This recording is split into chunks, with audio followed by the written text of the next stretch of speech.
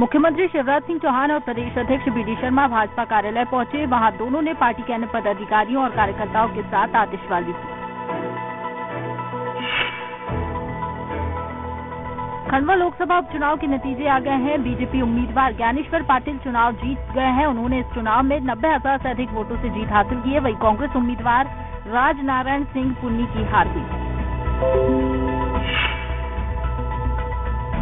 पृथ्वीपुर विधानसभा उपचुनाव सीट पर बीजेपी उम्मीदवार शिशुपाल यादव को जीत मिली है। उन्होंने दिवंगत विधायक ब्रजेंद्र सिंह राठौर के बेटे को उपचुनाव में हराया। ये सीट कांग्रेस का गण रहा है। यहाँ कांग्रेस चुनाव हार गई।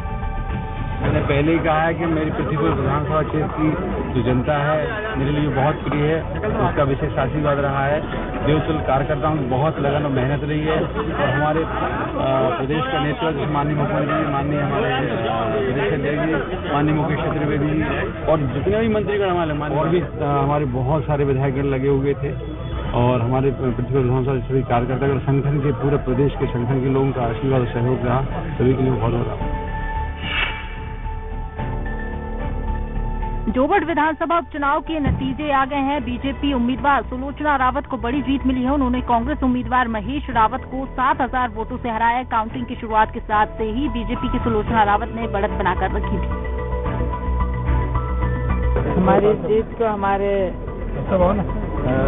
भारतीय जनता पार्टी के जो शीर्ष नेता हमारे प्रदेश के माननीय मुख्यमंत्री जी, हमारे भाजपा के अध्यक्ष प्रदेश के बी.डी. शर्मा जी, हमारे सभी मंत्री जी, हमारे जिले के प्रभारी मंत्री जी, हमारे पूर्व विधायक हमारे आदरणीय रावत साहब और हमारे नागर सिंह जी और सभी कार्यकर्ताओं की और हमारे सभी मतदाताओं की मेहनत से आज हम सफल हुए और भारतीय जनता पार्टी को भारी जीत केंद्र में और राज्य में हमारी सरकार, हमारी भारतीय जनता पार्टी की सरकार है और भरपूर हमारी जनता का काम करेंगे। जो भी उनके हमारे सामने जो भी मुद्दा है उसका पूरा करेंगे।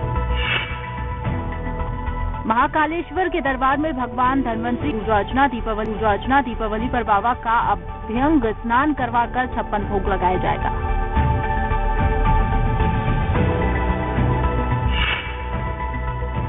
विदिशा में जनसुनवाई के दौरान दिव्यांग ने पहुंचकर लगाई मदद की गुहार। जिला पंचायत अध्यक्ष तोरण सिंह दांगी ने भेंट की साई साइकिल।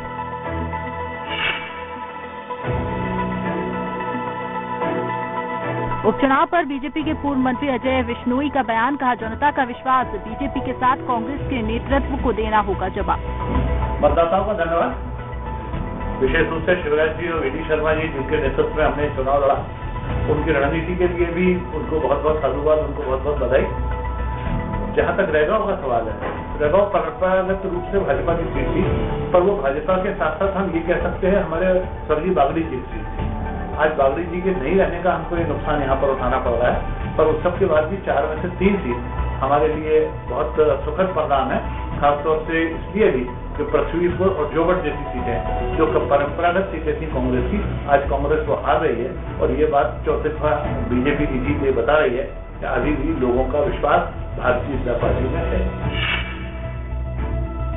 रायसेन में प्रशासन की टीम ने किया पटाखा मार्केट का निरीक्षण। अनियमितताएं मिलने पर कार्रवाई की दी चेतावनी।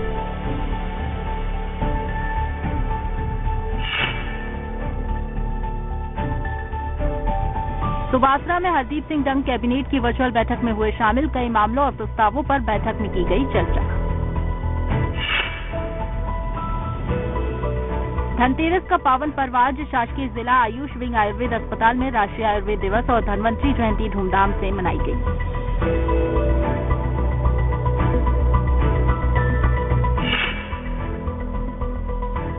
जिला संग्रहालय में धनतेरस के दिन पूजे गए भगवान कुबेर 12 फीट ऊंची और करीब 22 साल पुरानी है भगवान कुबेर की प्रतिमा। लगातार 20 साल से कर रहे पूजा अर्चना।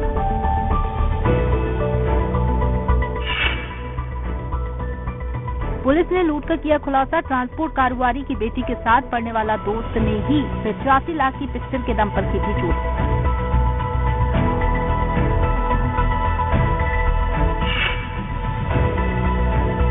ग्वालियर में बिजली विभाग की सुरक्षा में लगे पूर्व सैनिकों को बिजली कंपनी ने किया बाहर। ऊर्जा मंत्री प्रद्युम्न सिंह तोमर के घर पहुंचकर लगाई मदद की गुहार।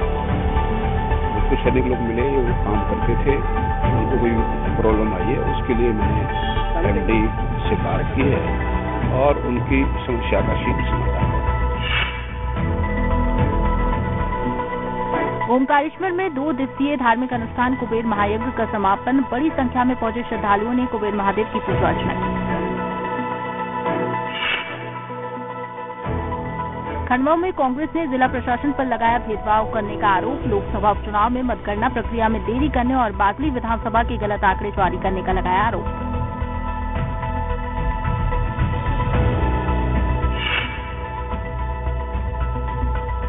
मध्य प्रदेश के उच्च शिक्षा मंत्री डॉक्टर मोहन यादव ने धनतेरस की शुभकामनाएं दी। भगवान धनवंतरी से सभी की सुख समृद्धि के लिए की कामना।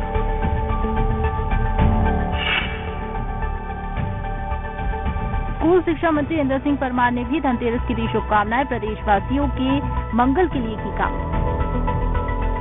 प्रदेश के सभी भाइयों बहनों को दीपावली के पावन पर्व की हार्दिक शुभकामना देता हूं, बधाई देता हूं। भारत की परंपरा में दीपावली का त्योहार भारत की उस महान विरासत जिसमें देश अपनी समृद्धि को सजे हुए होता था, हमारा देश दुनिया को ज्ञान देने वाला देश होता था, उसी परंपरा को भारत का समाज आज तक निरंतर मनाता आया है। नई ऊर्जा के साथ, नई ताकत के साथ इस दीपावली के पावन अवसर पर हम हमारे प्रधानमंत्री जी के उस संदेश को